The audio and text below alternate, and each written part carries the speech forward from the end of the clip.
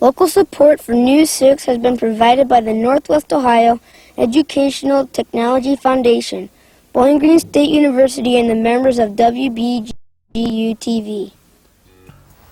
Hi! We're the 6th grade class of Buren Elementary School, home of the Black Knights. Welcome to News 6!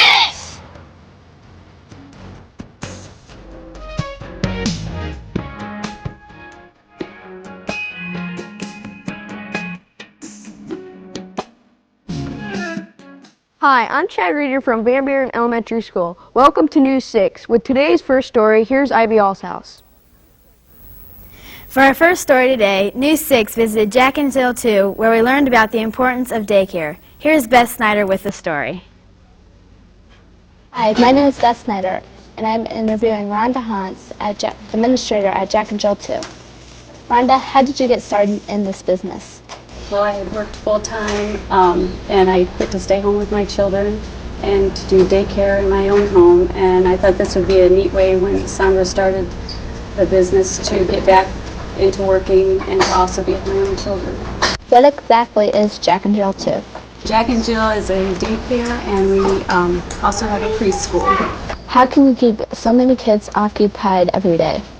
During our nursery school days, we break down into classes, and we have about an hour and a half of individual class time for the different ages, and we just try to keep them moving and give them several things to do a day.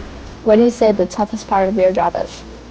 Well, I would say when there's 5 or 6 children who want something at the same time, and it's hard to help everybody at once. Why is daycare important, Rhonda? It once again provides a safe place. The parents know that we're licensed, and we have had inspectors come in, and they know it's a safe place for their children to be. Does daycare prepare children for elementary school? Yes, I believe it does, because we do reading readiness, and we do their numbers and alphabet, and also socially it prepares the children to be able to get along with one another when they go to school. What do you like most about working for Jack and Jill? Well, I really like being with the children, and I also like it because I get to know the families in the community, because most of them are from Van Buren. How can the community benefit from Jack and Jill, Rhonda? Well, it provides a safe place for the children to be, and it also provides a place for school-age children before and after school. Rhonda, thank you for having us here at Jack and Jill 2. I hope you have good luck with this business. Thanks, Beth. It was really great having your class visit us. We hope you can come back and join us another time. Well, that's it for Jack and Jill 2. Now let's go back up to WBGU-TV.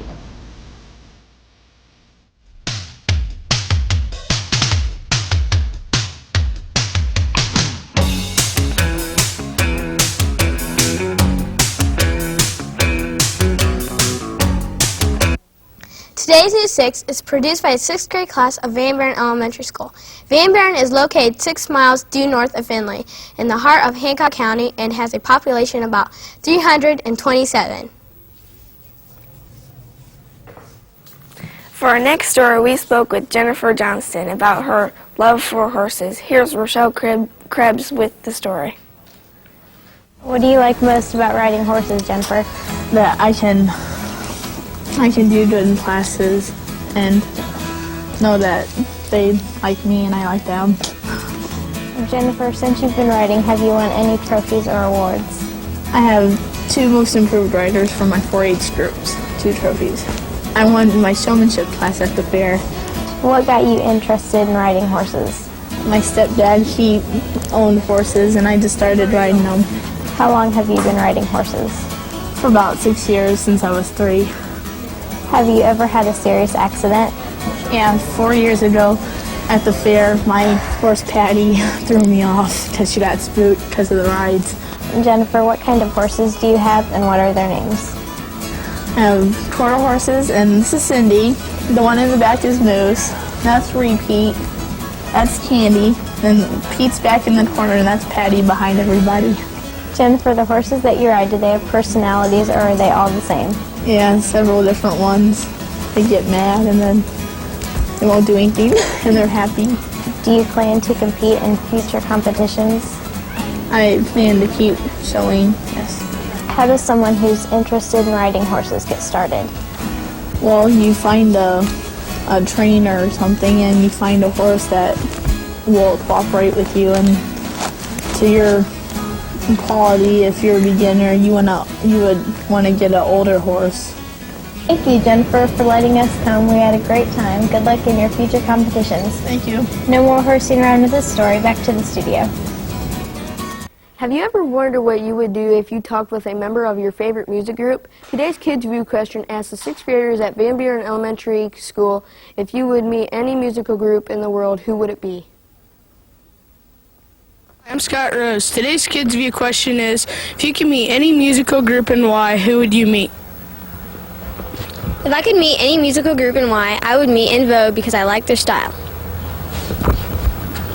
If I could meet any musical group and why, I would meet Social Distortion because I've always wanted to see one of their concerts. If I could meet any musical group and why, I would want to meet Marky Mark because he's cute. For our last story today, News 6 visited the Whirlpool washing machine plant where we learned more about how the plant operates. Here's Sarah Betts with the story. Hi, I'm Sarah Betts. I'm here with Mike Betts, who is a setup operator for Whirlpool. Mike, where did the name Whirlpool come from? Well, in the beginning, when the company was first started, it was the Upton Company, and one of their products was a dishwasher, or was a washing machine, and that's all they made at that time, and the name of that washing machine was Whirlpool. What are the major appliances that you produce here? Appliances that we make at Whirlpool now is our new generation dishwashers, and we just recently started making the KitchenAid dishwasher, plus we have a lot of other appliance names that we build for. How many workers are employed here, Mike? Presently we have 2,500 employees working at Whirlpool at this time. Can you tell us what your machine does, Mike? I work in the dish rack area, and the dish racks go in the new generation dishwasher.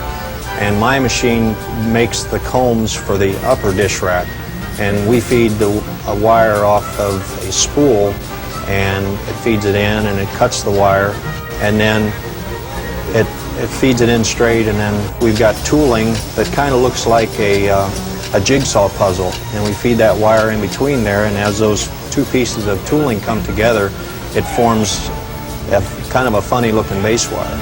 On average, how many parts do you make in a week? On an average week for me, we make about 100,000 combs. What is the best thing about your job that you like the most? There's never a dull moment on my machine. Thanks, Mike, for having us come. Good luck with your job. Thank you for coming. We really appreciate you could come, and we're glad that you could see what's all involved with making a dish rack for our new generation dishwasher. That's it. Back to the studio. Thank you for joining us today. Tune in next week when Hillfiker Elementary visits News 6. Have a great day.